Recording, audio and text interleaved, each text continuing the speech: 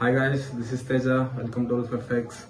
Yeah, finally we stepped into stock market and మీరు కూడా stock మార్కెట్లో ప్రాఫిట్ చేయాలనుకున్నా నేర్చుకోవాలనుకున్నా so DMS and one more thing we are totally different from others. ఈ మాట ఎందుకు అంటాను అంటే బయట వాళ్ళు చాలా మంది కాదు, బట్ మోస్ట్ ఆఫ్ దెమ్ వాళ్ళు ఓన్లీ చార్ట్స్ కానీ లేదంటే ప్రైస్ యాక్షన్ అవి ఇవి యూస్ చేసుకుంటా లాస్ అండ్ ప్రాఫిట్ అట్లా మోస్ట్లీ C2Cలో ఉంటారు.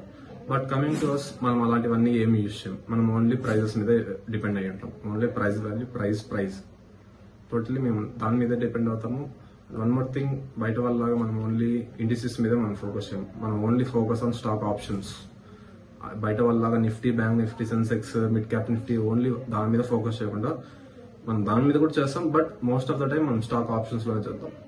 సో దాంతో చేయడం వల్ల మనకి ఏం బెనిఫిట్స్ అంటే వాలటిలిటీ అనేది తక్కువ ఉంటుంది, లాసెస్ అనేది చాలా తక్కువ. అసలు మాక్సిమం డే ఎండ్ కోసం మనం ప్రాఫిట్ లో ఉంటాం. అండ్ వన్ మోర్ థింగ్, మనం మార్నింగ్ నుంచి ఏం కూర్చోం. మార్నింగ్ వస్తాం, ఒక 2-3 hours అంతే, ఫినిష్. మార్నింగ్ 9:15 ఓపెన్ అయిందంటే ఒక 11 లేదా 10:30 ఆ టైంలో మనకి ట్రేడ్స్ అన్ని ఫినిష్ అయిపోతుంది. సో ఇంట్రెస్ట్ ఉంటే మనకు డిఎం చేయండి.